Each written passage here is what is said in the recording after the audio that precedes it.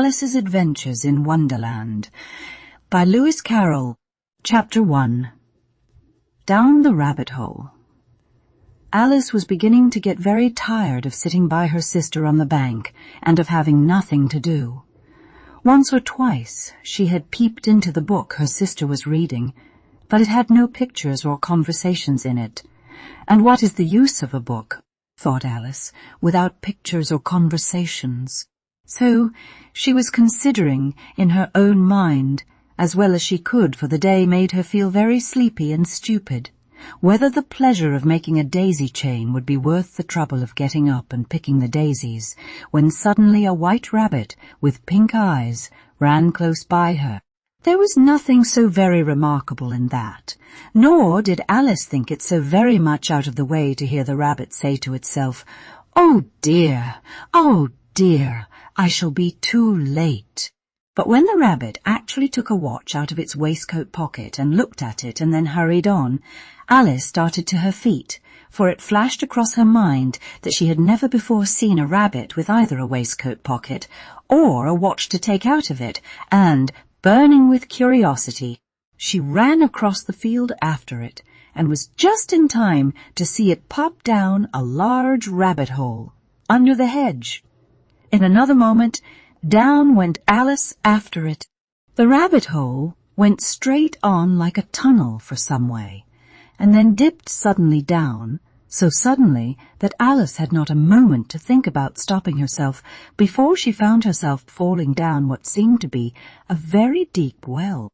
Either the well was very deep, or she fell very slowly, for she had plenty of time, as she went down, to look about her. First, she tried to make out what she was coming to, but it was too dark to see anything. Then she looked at the sides of the well and noticed that they were filled with cupboards and bookshelves. Here and there she saw maps and pictures hung upon pegs. She took down a jar from one of the shelves as she passed. It was labelled orange marmalade, but to her great disappointment it was empty. She did not like to drop the jar, so managed to put it into one of the cupboards as she fell past it. Down, down, down. Would the fall never come to an end? There was nothing else to do, so Alice soon began talking to herself. "Dinah'll miss me very much tonight, I should think." Dinah was the cat. "I hope they'll remember her saucer of milk at tea time. Dinah, my dear, I wish you were down here with me." Alice felt that she was dozing off when suddenly thump, thump. Down she came upon a heap of sticks and dry leaves, and the fall was over. Alice was not a bit hurt, and she jumped up in a moment. She looked up, but it was all dark overhead. Before her was another long passage, and the white rabbit was still in sight, hurrying down it. There was not a moment to be lost. Away went Alice like the wind, and was just in time to hear it say, as it turned a corner, "Oh, my ears and whiskers, how late it's getting!" She was close behind it when she turned the corner, but the rabbit was no longer to be seen. She found herself in a long, low hall, which was lit up by a row of lamps hanging from the roof. There were doors all round the hall, but they were all locked. And when Alice had been all the way down one side and up the other, trying every door, she walked sadly down the middle, wondering how she was ever to get out again. Suddenly she came upon a little table, all made of solid glass. There was nothing on it but a tiny golden key, and Alice's first idea was that this might belong to one of the doors of the hall. But alas, either the locks were too large or the key was too small. But at any rate, it would not open any of them. However, on the second time round, she came upon a low curtain she had not noticed before, and behind it was a little door about 15 inches high. She tried the little golden key in the lock, and to her great delight it fitted. Alice opened the door and found that it led into a small passage, not much larger than a rat hole. She knelt down and looked along the passage into the loveliest garden you ever saw. How she longed to get out of that dark hall and wander about among those beds of bright flowers and those cool fountains, but she could not even get her head through the doorway. "Oh," said Alice, "how I wish I could shut up like a telescope. I think I could shut up like a telescope. I think I could if I only knew how to begin. Alice went back to the table, half hoping she might find another key on it, or at any rate, a book of rules for shutting people up like telescopes. This time she found a little bottle on it, which certainly was not here before, said Alice. And tied around the neck of the bottle was a paper label, with the words, "Drink me," beautifully printed on it in large letters. "No, I'll look first," she said, "and see whether it's marked poison or not," for she had never forgotten that, if you drink from a bottle marked poison, it is almost certain to disagree with you, sooner or later. However, this bottle was not marked poison, so Alice ventured to taste it, and, finding it very nice, it had a sort of mixed flavour of cherry tart, custard, pineapple, roast turkey, toffee and hot buttered toast. She very soon finished it off. "What a curious feeling," said Alice. "I must be shutting up like a telescope." And so it was indeed. She was now only 10 inches high, and her face brightened up at the thought that she was now the right size for going through the little door into that lovely garden. After a while, finding that nothing more happened, she decided on going into the garden at once. But, alas, for poor Alice, when she got to the door, she found she had forgotten the little golden key, and when she went back to the table for it, she found she could not possibly reach it. She could see it quite plainly through the glass, and she tried her best to climb up one of the legs of the table, but it was too slippery, and when she had tired herself out with trying, the poor little thing sat down and cried. "Come, there's no use in crying like that," said Alice to herself rather sharply. "I advise you to leave off this minute." She generally gave herself very good advice, though she very seldom followed it, and sometimes she scolded herself so severely as to bring tears into her eyes. Soon her eye fell on a little glass box that was lying under the table. She opened it and found in it a very small cake, on which the words "Eat me" were beautifully marked in currants. "Well, I'll eat it," said Alice, "and if it makes me grow larger, I can reach the key, and if it makes me grow smaller, I can creep under the door. So either way I'll get into the garden, and I don't care which happens." She ate a little bit and said anxiously to herself, "Which way? Which way?" holding her hand on the top of her head to feel which way she was growing. And she was quite surprised to find that she remained the same size. So she set to work and very soon finished off the cake. Chapter 2. The Pool of Tears. "Curiouser and curiouser," cried Alice. She was so much surprised that for the moment she quite forgot how to speak good English. "Now I'm opening out like the largest telescope that ever was. Goodbye, feet.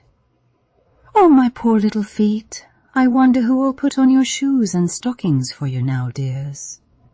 I shall be a great deal too far off to trouble myself about you."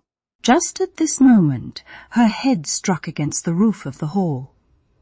In fact, she was now rather more than 9 feet high, and she at once took up the little golden key and hurried off to the garden door. Poor Alice! It was as much as she could do lying down on one side to look through into the garden with one eye, but to get through was more hopeless than ever. She sat down and began to cry again. She went on shedding gallons of tears until there was a large pool all round her and reaching half down the hall. After a time she heard a little pattering of feet in the distance, and she hastily dried her eyes to see what was coming. It was the White Rabbit returning, splendidly dressed, with a pair of white kid gloves in one hand and a large fan in the other. He came trotting along in a great hurry, muttering to himself, "Oh, the Duchess, the Duchess! Oh, won't she be savage if I've kept her waiting?" When the rabbit came near her, Alice began in a low, timid voice. "If you please, sir." The rabbit started violently, dropped the white kid gloves and the fan, and scurried away into the darkness as hard as he could go. Alice took up the fan and gloves, and she kept fanning herself all the time she went on talking. Dear, dear, how queer everything is today. And yesterday things went on just as usual. Was I the same when I got up this morning? But if I'm not the same, the next question is, who in the world am I? Ah, that's the great puzzle. As she said this, she looked down at her hands and was surprised to see that she had put on one of the rabbit's little white kid gloves while she was talking. How can I have done that? She thought. I must be growing small again. She got up and went to the table to measure herself by it and found that she was now about 2 feet high and was going on shrinking rapidly. She soon found out that the cause of this was the fan she was holding, and she dropped it hastily, just in time to save herself from shrinking away altogether. That was a narrow escape, said Alice, a good deal frightened at the sudden change, but very glad to find herself still in existence. And now for the garden. And she ran with all speed back to the little door. But alas, the little door was shut again, and the little golden key was lying on the glass table as before. Things are worse than ever, thought the poor child, for I never was so small as this before. Never. As she said these words, her foot slipped, and in another moment, splash. She was up to her chin in salt water. Her first idea was that she had somehow fallen into the sea. However, she soon made out that she was in the pool of tears which she had wept when she was 9 feet high. Just then she heard something splashing about in the pool, a little way off, and she swam nearer to see what it was. She soon made out that it was only a mouse that had slipped in like herself. Would it be of any use now, thought Alice, to speak to this mouse? Everything is so out of the way down here that I should think very likely it can talk. At any rate, there's no harm in trying. So she began, "Oh, mouse, do you know the way out of this pool? I am very tired of swimming about here. Oh, mouse." The mouse looked at her rather inquisitively and seemed to her to wink with one of its little eyes. But it said nothing. Perhaps it doesn't understand English, thought Alice. I dare say it's a French mouse come over with William the Conqueror. So she began again. "We must chat," which was the first sentence in her French lesson book. The mouse gave a sudden leap out of the water and seemed to quiver all over with fright. "Oh, I beg your pardon," cried Alice hastily, afraid that she had hurt the poor animal's feelings. "I quite forgot you didn't like cats." "Not like cats," cried the mouse in a shrill, passionate voice. "Would you like cats if you were me?" "Well, perhaps not," said Alice in a soothing tone. "Don't be angry about it. And yet I wish I could show you our cat Dinah. I think you'd take a fancy to cats if you could only see her. She is such a dear, quiet thing." The mouse was bristling all over, and she felt certain it must be really offended. "We won't talk about her any more, if you'd rather not."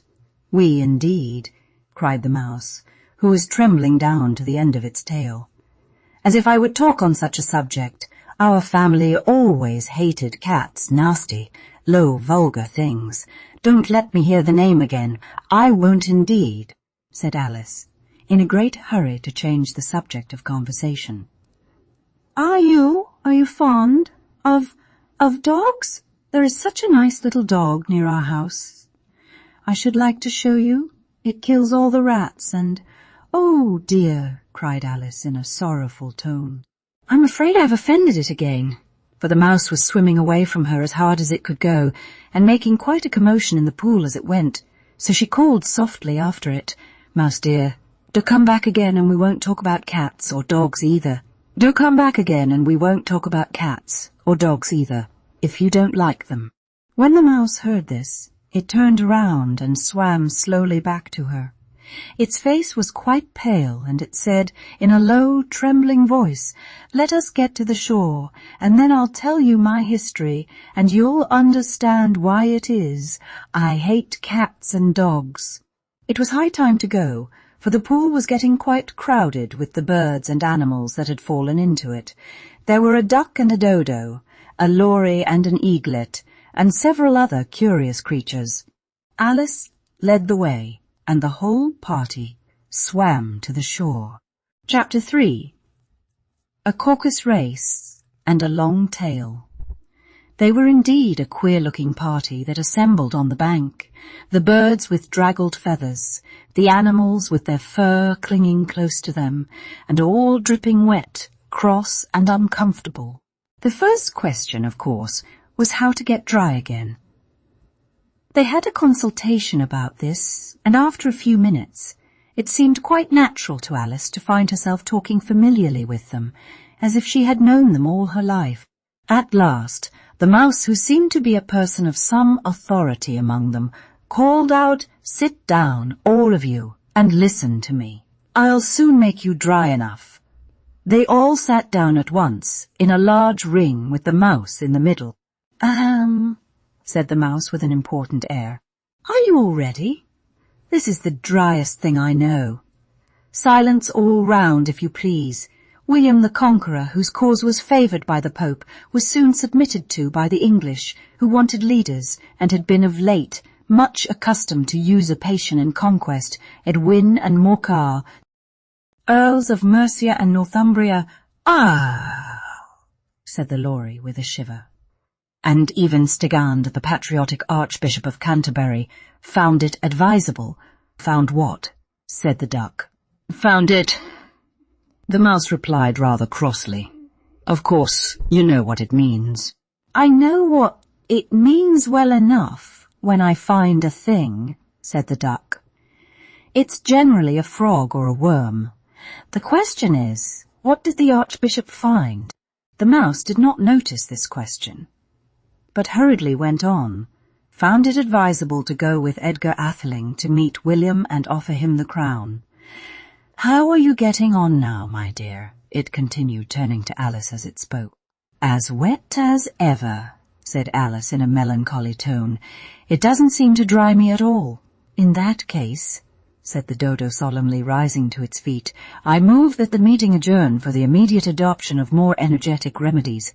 Speak English, said the Eaglet. I don't know the meaning of half those long words, and, what's more, I don't believe you do either. What I was going to say, said the Dodo in an offended tone, is that the best thing to get us dry would be a CAUCUS race. What is a CAUCUS race? Said Alice. Why, said the Dodo, the best way to explain it is to do it. First it marked out a race course, in a sort of circle, and then all the party were placed along the course here and there. There was no 1, 2, 3 and away, but they began running when they liked and left off when they liked, so that it was not easy to know when the race was over. However, when they had been running half an hour or so and were quite dry again, the Dodo suddenly called out, The race is over, and they all crowded round it, panting and asking, But who has won? This question the Dodo could not answer without a great deal of thought. At last it said, Everybody has won, and all must have prizes. But who is to give the prizes? Quite a chorus of voices asked. Why, she, of course, said the Dodo, pointing to Alice with one finger. And the whole party at once crowded around her, calling out, in a confused way, prizes, prizes. Alice had no idea what to do, and in despair she put her hand into her pocket and pulled out a box of comfits. Luckily the salt water had not got into it, and handed them round as prizes. There was exactly one apiece, all round. The next thing was to eat the comfits. This caused some noise and confusion, as the large birds complained that they could not taste theirs, and the small ones choked and had to be patted on the back. However, it was over at last, and they sat down again in a ring and begged the Mouse to tell them something more. You promised to tell me your history, you know, said Alice, and why it is you hate C&D, she added in a whisper, half afraid that it would be offended again. Mine is a long and a sad tale, said the Mouse, turning to Alice and sighing.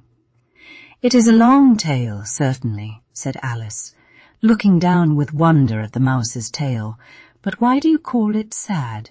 And she kept on puzzling about it while the Mouse was speaking, so that her idea of the tale was something like this. Fury said to a mouse that he met in the house, "Let us both go to law. I will prosecute you. Come, I'll take no denial. We must have the trial, for really this morning I've nothing to do," said the mouse to the cur.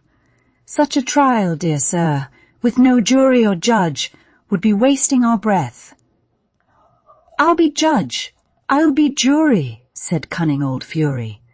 "I'll try the whole cause, and condemn you to death." "You are not attending," said the mouse to Alice severely. "What are you thinking of?"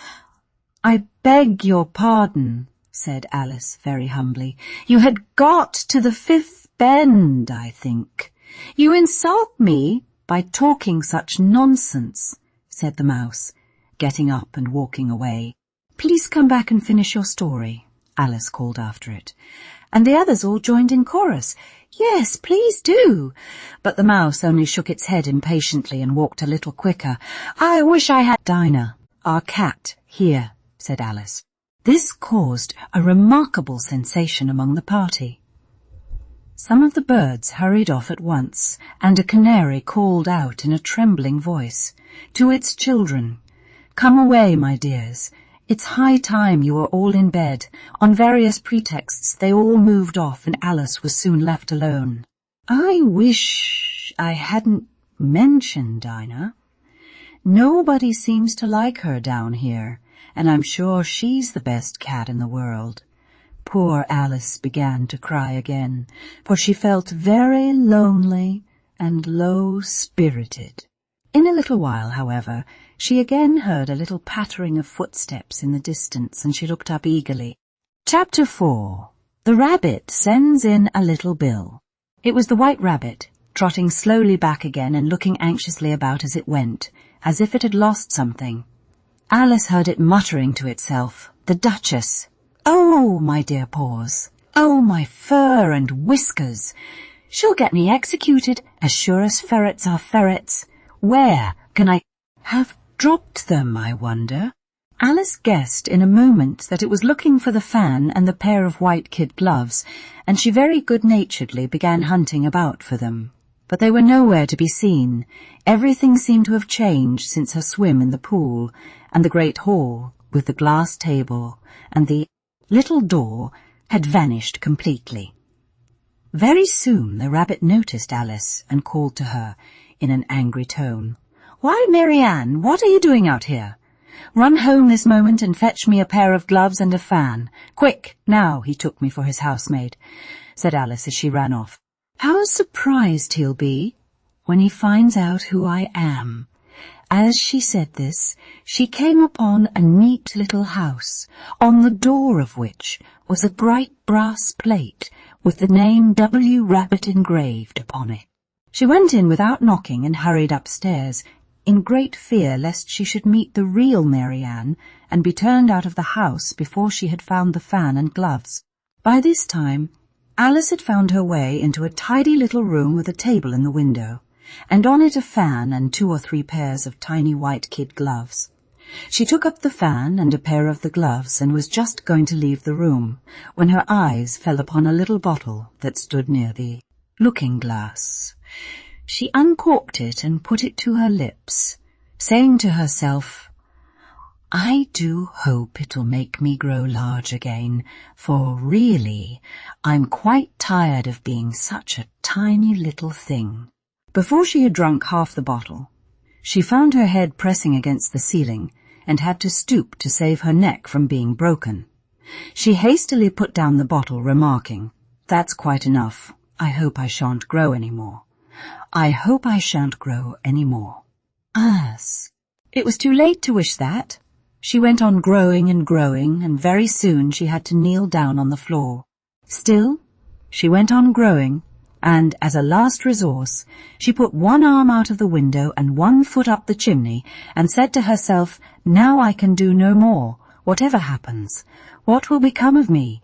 Luckily for Alice, the little magic bottle had now had its full effect, and she grew no larger. After a few minutes she heard a voice outside and stopped to listen. "Mary Ann, Mary Ann," said the voice, "fetch me my gloves this moment." Then came a little pattering of feet on the stairs. Alice knew it was the rabbit coming to look for her, and she trembled till she shook the house, quite forgetting that she was now about 1,000 times as large as the rabbit, and had no reason to be afraid of it. Presently, the rabbit came up to the door and tried to open it, but as the door opened inwards, and Alice's elbow was pressed hard against it, that attempt proved a failure. Alice heard it say to itself, "Then I'll go round and get in at the window." "That you won't," thought Alice. And after waiting till she fancied she heard the rabbit just under the window, she suddenly spread out her hand and made a snatch in the air. She did not get hold of anything, but she heard a little shriek and a fall and a crash of broken glass, from which she concluded that it was just possible it had fallen into a cucumber frame or something of that sort. Next came an angry voice, the rabbit's Pat. "Pat, where are you?" And then a voice she had never heard before. "Sure then, I'm here, digging for apples, your honour. Here, come and help me out of this. Now tell me, Pat, what's that in the window?" "Sure, it's an arm, your honour." "Well, it's got no business there, at any rate. Go and take it away." There was a long silence after this, and Alice could only hear whispers now and then, and at last she spread out her hand again, and made another snatch in the air. This time there were 2 little shrieks and more sounds of broken glass. "I wonder what they'll do next," thought Alice. "As for pulling me out of the window, I only wish they could." She waited for some time without hearing anything more. At last came a rumbling of little cartwheels and the sound of a good many voices, all talking together. She made out the words. "Where's the other ladder? Bill's got the other bill." "You, Bill." "Will the roof bear? Who's to go down the chimney?" "Nay, I shan't. You do it." "Here, Bill. The master says you've got to go down the chimney."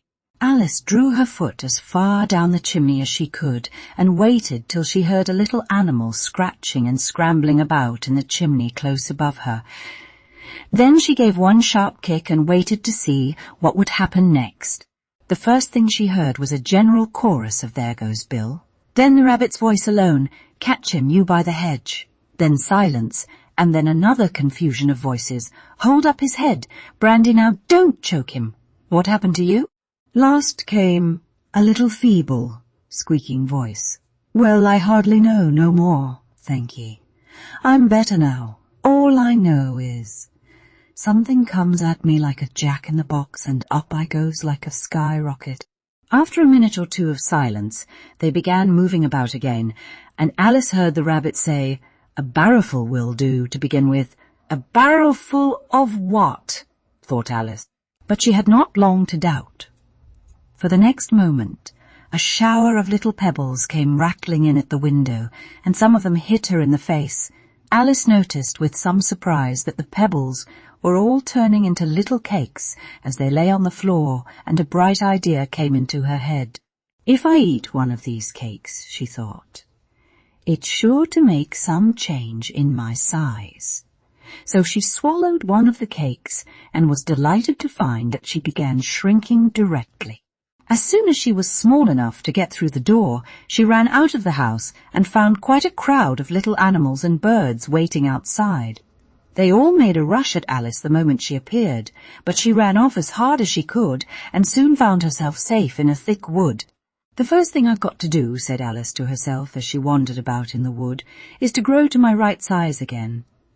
And the second thing is to find my way into that lovely garden. I suppose I ought to eat or drink something or other, but the great question is what?" Alice looked all around her at the flowers and the blades of grass, but she could not see anything that looked like the right thing to eat or drink under the circumstances. There was a large mushroom growing near her, about the same height as herself. She stretched herself up on tiptoe and peeped over the edge, and her eyes immediately met those of a large blue caterpillar that was sitting on the top with its arms folded, quietly smoking a long hookah and taking not the smallest notice of her or of anything else. Chapter 5. Advice from a caterpillar. At last the caterpillar took the hookah out of its mouth and addressed Alice in a languid, sleepy voice. "Who are you?" said the caterpillar. Alice replied rather shyly. I hardly know, sir.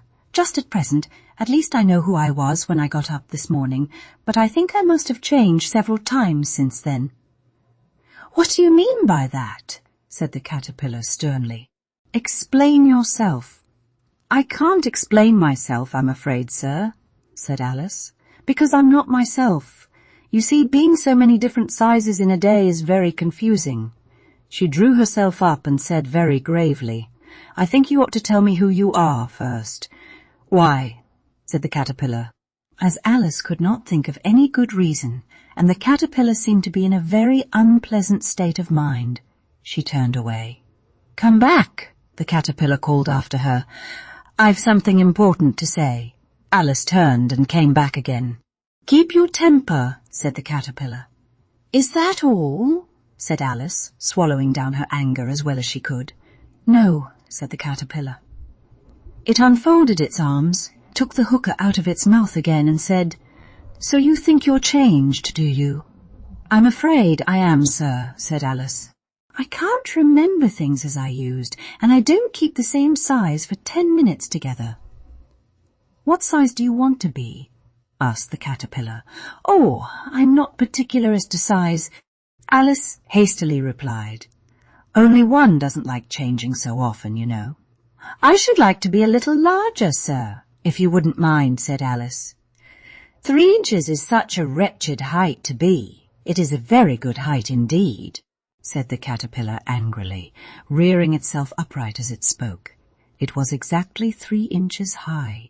In a minute or two, the caterpillar got down off the mushroom and crawled away into the grass, merely remarking as it went, "One side will make you grow taller, and the other side will make you grow shorter." One side of what? The other side of what? Thought Alice to herself. "Of the mushroom," said the caterpillar, just as if she had asked it aloud, and in another moment it was out of sight. Alice remained looking thoughtfully at the mushroom for a minute, trying to make out which were the 2 sides of it. At last she stretched her arms around it as far as they would go, and broke off a bit of the edge with each hand. "And now, which is which?" she said to herself, and nibbled a little of the right hand bit to try the effect. The next moment she felt a violent blow underneath her chin. It had struck her foot. She was a good deal frightened by this very sudden change, as she was shrinking rapidly, so she set to work at once to eat some of the other bit. Her chin was pressed so closely against her foot that there was hardly room to open her mouth, but she did it at last and managed to swallow a morsel of the left hand bit. "Come, my head's free at last," said Alice. But all she could see when she looked down was an immense length of neck, which seemed to rise like a stalk out of a sea of green leaves that lay far below her. "Where have my shoulders got to? And oh, my poor hands, how is it I can't see you?" She was delighted to find that her neck would bend about easily in any direction, like a serpent. She had just succeeded in curving it down into a graceful zigzag, and was going to dive in among the leaves, when a sharp hiss made her draw back in a hurry. A large pigeon had flown into her face and was beating her violently with its wings. "Serpent!" cried the pigeon. "I'm not a serpent," said Alice indignantly. "Let me alone. I've tried the roots of trees, and I've tried banks, and I've tried hedges," the pigeon went on. "But those serpents, there's no pleasing them." Alice was more and more puzzled. "As if it wasn't trouble enough hatching the eggs," said the pigeon, "but I must be on the lookout for serpents, night and day. And just as I'd taken the highest tree in the wood," continued the pigeon, raising its voice to a shriek, "and just as I was thinking I should be free of them at last, they must needs come wriggling down from the sky." "Och! Serpent! But I'm not a serpent, I tell you," said Alice. I'm a... I'm a little girl, she added rather doubtfully, as she remembered the number of changes she had gone through that day. You're looking for eggs. I know that well enough, said the pigeon. And what does it matter to me whether you're a little girl or a serpent? It matters a good deal to me, said Alice hastily. But I'm not looking for eggs, as it happens. And if I was, I shouldn't want yours. I don't like them raw. Well, be off, then, said the pigeon in a sulky tone, as it settled down again into its nest. Alice crouched down among the trees as well as she could, for her neck kept getting entangled among the branches, and every now and then she had to stop and untwist it. After a while she remembered that she still held the pieces of mushroom in her hands, and she set to work very carefully, nibbling first at one and then at the other, and growing sometimes taller and sometimes shorter, until she had succeeded in bringing herself down to her usual height. It was so long since she had been anything near the right size that it felt quite strange at first. The next thing is to get into that beautiful garden. How is that to be done, I wonder? As she said this, she came suddenly upon an open place with a little house in it about 4 feet high. Whoever lives there, thought Alice. It'll never do to come upon them this size. Why, I should frighten them out of their wits. She did not venture to go near the house till she had brought herself down to 9 inches high. Chapter 6. Pig and Pepper. For a minute or two she stood looking at the house, when suddenly a footman in livery came running out of the wood. Judging by his face only, she would have called him a fish, and rapped loudly at the door with his knuckles. It was opened by another footman in livery, with a round face and large eyes like a frog. The fish footman began by producing from under his arm a great letter, and this he handed over to the other, saying, in a solemn tone, for the Duchess, an invitation from the Queen to play croquet. The frog footman repeated in the same solemn tone, from the Queen, an invitation for the Duchess to play croquet. Then they both bowed low, and their curls got entangled together. When Alice next peeped out, the fish footman was gone, and the other was sitting on the ground near the door, staring stupidly up into the sky. Alice went timidly up to the door and knocked. "There's no sort of use in knocking," said the footman, "and that for 2 reasons. First, because I'm on the same side of the door as you are. Secondly, because they're making such a noise inside. No one could possibly hear you. And certainly there was a most extraordinary noise going on within, a constant howling and sneezing, and every now and then a great crash, as if a dish or kettle had been broken to pieces." "How am I to get in?" asked Alice. "Are you to get in at all?" said the footman. "That's the first question, you know." Alice opened the door and went in. The door led right into a large kitchen, which was full of smoke from one end to the other. The Duchess was sitting on a 3-legged stool in the middle, nursing a baby. The cook was leaning over the fire, stirring a large cauldron which seemed to be full of soup. "There's certainly too much pepper in that soup," Alice said to herself, as well as she could for sneezing. Even the Duchess sneezed occasionally, and as for the baby, it was sneezing and howling alternately without a moment's pause. The only 2 creatures in the kitchen that did not sneeze were the cook and a large cat, which was grinning from ear to ear. "Please, would you tell me," said Alice a little timidly, "why your cat grins like that?" "It's a Cheshire Cat," said the Duchess, "and that's why." "I didn't know that Cheshire Cats always grinned. In fact, I didn't know that cats could grin," said Alice. "You don't know much," said the Duchess, "and that's a fact."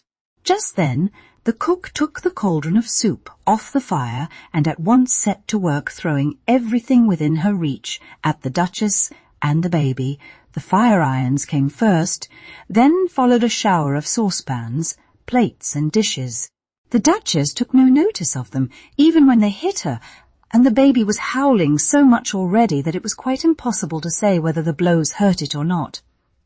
"Oh, please mind what you're doing," cried Alice, jumping up and down in an agony of terror. "Here. You may nurse it a bit if you like," the Duchess said to Alice, flinging the baby at her as she spoke.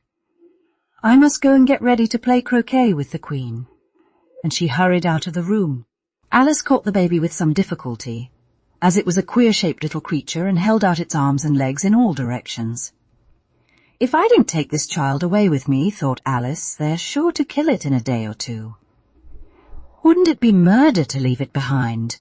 She said the last words out loud, and the little thing grunted in reply. "If you're going to turn into a pig, my dear," said Alice, "I'll have nothing more to do with you." "Mind now," Alice was just beginning to think to herself now, "what am I to do with this creature when I get it home?" when it grunted again so violently that Alice looked down into its face in some alarm. This time there could be no mistake about it. It was neither more nor less than a pig. So she set the little creature down and felt quite relieved to see it trot away quietly into the wood. Alice was a little startled by seeing the Cheshire Cat sitting on a bough of a tree a few yards off. The cat only grinned when it saw her. "Cheshire Puss," began Alice, rather timidly, "would you please tell me which way I ought to go from here?" "In that direction," the cat said, waving the right paw around, "lives a hatter. And in that direction, waving the other paw, lives a March hare. Visit either you like." "They're both mad, but I don't want to go among mad people," Alice remarked. "Oh, you can't help that," said the cat. "We're all mad here. Do you play croquet with the Queen today?" "I should like it very much," said Alice, "but I haven't been invited yet." "You'll see me there," said the cat, and vanished. Alice had not gone much farther before she came in sight of the house of the March hare. It was so large a house that she did not like to go near till she had nibbled some more of the left-hand bit of mushroom. Chapter 7. A mad tea party. There was a table set out under a tree in front of the house, and the March hare and the hatter were having tea at it. A dormouse was sitting between them, fast asleep. The table was a large one, but the three were all crowded together at one corner of it. "No room, no room," they cried out when they saw Alice coming. "There's plenty of room," said Alice indignantly, and she sat down in a large armchair at one end of the table. The hatter opened his eyes very wide on hearing this, but all he said was why as a raven like a writing desk. "I'm glad they've begun asking riddles. I believe I can guess that," she added aloud. "Do you mean that you think you can find out the answer to it?" said the March hare. "Exactly so," said Alice. "Then you should say what you mean," the March hare went on. "I do," Alice hastily replied. At least I mean what I say. That's the same thing, you know. You might just as well say," added the dormouse, which seemed to be talking in its sleep, "that I breathe when I sleep is the same thing as I sleep when I breathe." "It is the same thing with you," said the hatter, and he poured a little hot tea upon its nose. The dormouse shook its head impatiently and said, without opening its eyes, "Of course, of course." "Just what I was going to remark myself. Have you guessed the riddle yet?" the hatter said, turning to Alice again. "No, I give it up," Alice replied. "What's the answer?" "I haven't the slightest idea," said the hatter. "Nor I," said the March hare. Alice gave a weary sigh. "I think you might do something better with the time," she said, "than wasting it in asking riddles that have no answers." "Take some more tea," the March hare said to Alice, very earnestly. "I've had nothing yet," Alice replied in an offended tone, "so I can't take more." "You mean you can't take less," said the hatter. "It's very easy to take more than nothing." At this Alice got up and walked off. The dormouse fell asleep instantly, and neither of the others took the least notice of her going, though she looked back once or twice. The last time she saw them, they were trying to put the dormouse into the teapot. "At any rate, I'll never go there again," said Alice, as she picked her way through the wood. "It's the stupidest tea party I ever was at in all my life." Just as she said this, She noticed that one of the trees had a door leading right into it. "That's very curious," she thought. "I think I may as well go in at once." And in she went. Once more she found herself in the long hall and close to the little glass table. Taking the little golden key, she unlocked the door that led into the garden. Then she set to work nibbling at the mushroom. She had kept a piece of it in her pocket till she was about a foot high.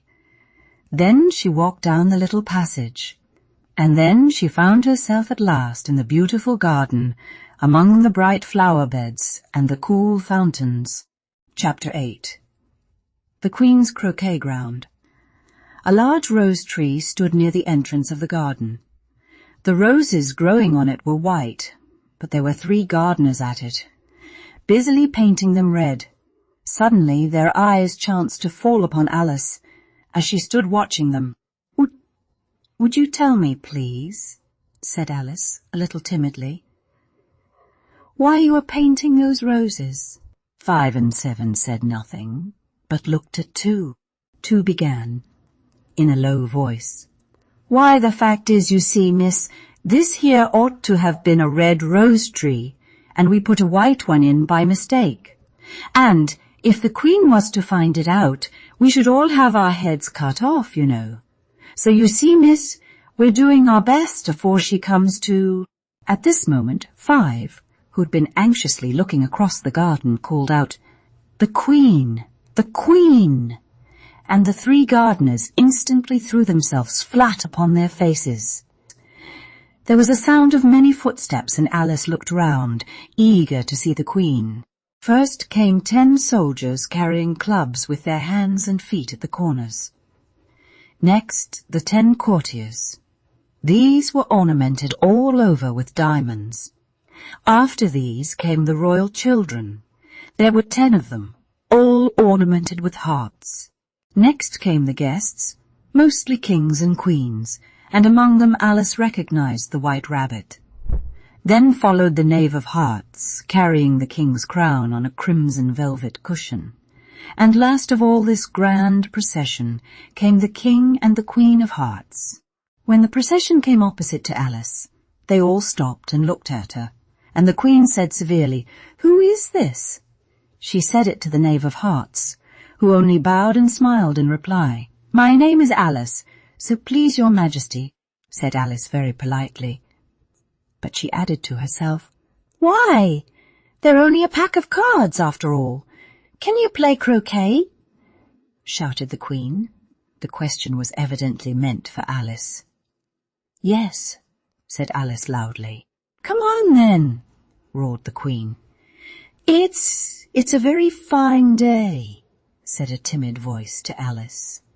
She was walking by the White Rabbit, who was peeping anxiously into her face. "Very," said Alice. "Where's the Duchess?" "Hush, hush," said the Rabbit. "She's under sentence of execution." "What for?" said Alice. She boxed the Queen's ears. The Rabbit began. "Get to your places," shouted the Queen in a voice of thunder, and people began running about in all directions, tumbling up against each other. However, they got settled down in a minute or 2, and the game began. Alice thought she had never seen such a curious croquet ground in her life. It was all ridges and furrows. The croquet balls were live hedgehogs, and the mallets live flamingos, and the soldiers had to double themselves up and stand on their hands and feet to make the arches. The players all played at once, without waiting for turns, quarrelling all the while and fighting for the hedgehogs. And in a very short time the Queen was in a furious passion and went stamping about and shouting, "Off with his head," or "Off with her head," about once in a minute. "They're dreadfully fond of beheading people here," thought Alice. "The great wonder is that there's anyone left alive." She was looking about for some way of escape when she noticed a curious appearance in the air. "It's the Cheshire Cat," she said to herself. "Now I shall have somebody to talk to." "How are you getting on?" said the cat. "I don't think they play at all fairly." Alice said in a rather complaining tone. And they all quarrel so dreadfully one can't hear oneself speak, and they don't seem to have any rules in particular. How do you like the Queen? Said the cat in a low voice. Not at all, said Alice. Alice thought she might as well go back and see how the game was going on. So she went off in search of her hedgehog. The hedgehog was engaged in a fight with another hedgehog, which seemed to Alice an excellent opportunity for croqueting one of them with the other. The only difficulty was that her flamingo was gone across to the other side of the garden, where Alice could see it trying, in a helpless sort of way, to fly up into a tree. She caught the flamingo and tucked it away under her arm, that it might not escape again. Just then, Alice ran across the Duchess, who was now out of prison. She tucked her arm affectionately into Alice's, and they walked off together. Alice was very glad to find her in such a pleasant temper. She was a little startled, however, when she heard the voice of the Duchess close to her ear. "You're thinking about something, my dear, and that makes you forget to talk. The game's going on rather better now," Alice said, by way of keeping up the conversation a little. "'Tis so," said the Duchess, "and the moral of that is, oh, 'tis love that makes the world go round." "Somebody said," Alice whispered, "that it's done by everybody minding his own business." "Ah, well, it means much the same thing," said the Duchess, digging her sharp little chin into Alice's shoulder, as she added, and the moral of that is, take care of the sense, and the sounds will take care of themselves. To Alice's great surprise, the Duchess's arm that was linked into hers began to tremble. Alice looked up, and there stood the Queen in front of them, with her arms folded, frowning like a thunderstorm. "Now, I give you fair warning," shouted the Queen, stamping on the ground as she spoke. "Either you or your head must be off, and that in about half no time. Take your choice." The Duchess took her choice, and was gone in a moment. "Let's go on with the game," the Queen said to Alice, and Alice was too much frightened to say a word, but slowly followed her back to the croquet ground. All the time they were playing, the Queen never left off quarrelling with the other players and shouting, "Off with his head," or "Off with her head." By the end of half an hour or so, all the players except the King, the Queen and Alice were in custody of the soldiers and under sentence of execution. Then the Queen left off, quite out of breath, and walked away with Alice. Alice heard the King say in a low voice to the company generally, "You are all pardoned." Suddenly the cry, "The trial's beginning," was heard in the distance, and Alice ran along with the others. Chapter 9. Who stole the tarts? The King and Queen of Hearts were seated on their throne when they arrived, with a great crowd assembled about them, all sorts of little birds and beasts, as well as the whole pack of cards. The knave was standing before them, in chains with a soldier on each side to guard him, and near the King was the White Rabbit, with a trumpet in one hand and a scroll of parchment in the other. In the very middle of the court was a table with a large dish of tarts upon it. I wish they'd get the trial done, Alice thought, and hand round the refreshments. The judge, by the way, was the King, and he wore his crown over his great wig. That's the jury box, thought Alice. And those 12 creatures, some were animals and some were birds. I suppose they are the jurors. Just then the White Rabbit cried out silence in the court. "Herald, read the accusation," said the King. On this, the White Rabbit blew 3 blasts on the trumpet, then unrolled the parchment scroll and read as follows. The Queen of Hearts, she made some tarts. All on a summer day, the Knave of Hearts, he stole those tarts and took them quite away. Call the first witness, said the King. And the White Rabbit blew 3 blasts on the trumpet and called out, "First witness." The first witness was the Hatter. He came in with a teacup in one hand and a piece of bread and butter in the other. "You ought to have finished," said the King. "When did you begin?" The Hatter looked at the March Hare, who had followed him into the court, arm in arm with the Dormouse. 14th of March, I think it was, he said. Give your evidence, said the king, and don't be nervous, or I'll have you executed on the spot. This did not seem to encourage the witness at all. He kept shifting from one foot to the other, looking uneasily at the Queen, and, in his confusion, he bit a large piece out of his teacup instead of the bread and butter. Just at this moment, Alice felt a very curious sensation. She was beginning to grow larger again. The miserable hatter dropped his teacup and bread and butter and went down on one knee. "I'm a poor man, your Majesty," he began. "You're a very poor speaker," said the king. "You may go," said the king, and the hatter hurriedly left the court. "Call the next witness," said the king. The next witness was the Duchess's cook. She carried the pepper box in her hand, and the people near the door began sneezing all at once. "Give your evidence," said the king. "Shan't," said the cook. The king looked anxiously at the White Rabbit, who said in a low voice, "Your Majesty must cross-examine this witness." "Well, if I must, I must," the king said. "What are tarts made of?" "Pepper, mostly," said the cook. For some minutes the whole court was in confusion, and by the time they had settled down again, the cook had disappeared. "Never mind," said the king. "Call the next witness." Alice watched the White Rabbit as he fumbled over the list.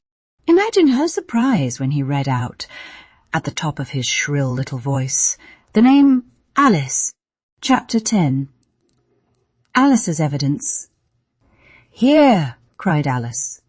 She jumped up in such a hurry that she tipped over the jury box, upsetting all the jurymen onto the heads of the crowd below. "Oh, I beg your pardon," she exclaimed in a tone of great dismay.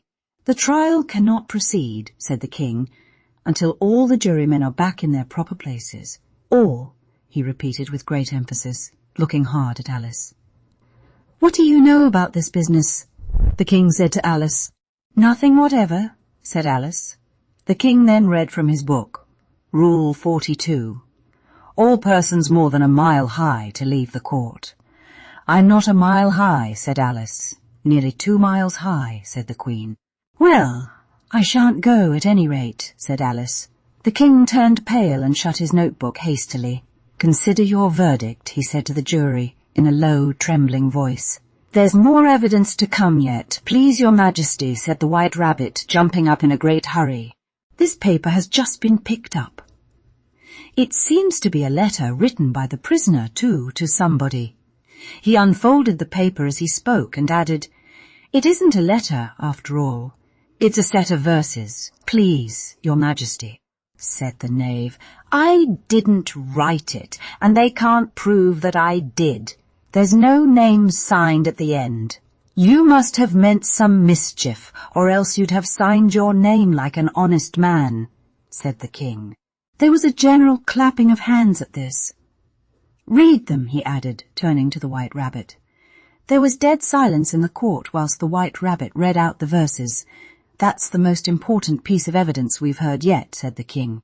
"I don't believe there's an atom of meaning in it," ventured Alice. "If there's no meaning in it," said the king, "that saves a world of trouble, you know, as we needn't try to find any. Let the jury consider their verdict." "No, no," said the Queen. "Sentence first, verdict afterwards." "Stuff and nonsense," said Alice loudly. "The idea of having the sentence first." "Hold your tongue," said the Queen, turning purple. "I won't," said Alice. "Off with her head." The Queen shouted at the top of her voice. Nobody moved. "Who cares for you?" said Alice. She had grown to her full size by this time. "You're nothing but a pack of cards." At this, the whole pack rose up in the air and came flying down upon her. She gave a little scream, half of fright and half of anger, and tried to beat them off, and found herself lying on the bank with her head in the lap of her sister, who was gently brushing away some dead leaves that had fluttered down from the trees upon her face. "Wake up, Alice dear," said her sister. "Why, what a long sleep you've had." "Oh, I've had such a curious dream," said Alice. And she told her sister, as well as she could remember them, all these strange adventures of hers that you have just been reading about. Alice got up and ran off, thinking while she ran, as well she might, what a wonderful dream it had been.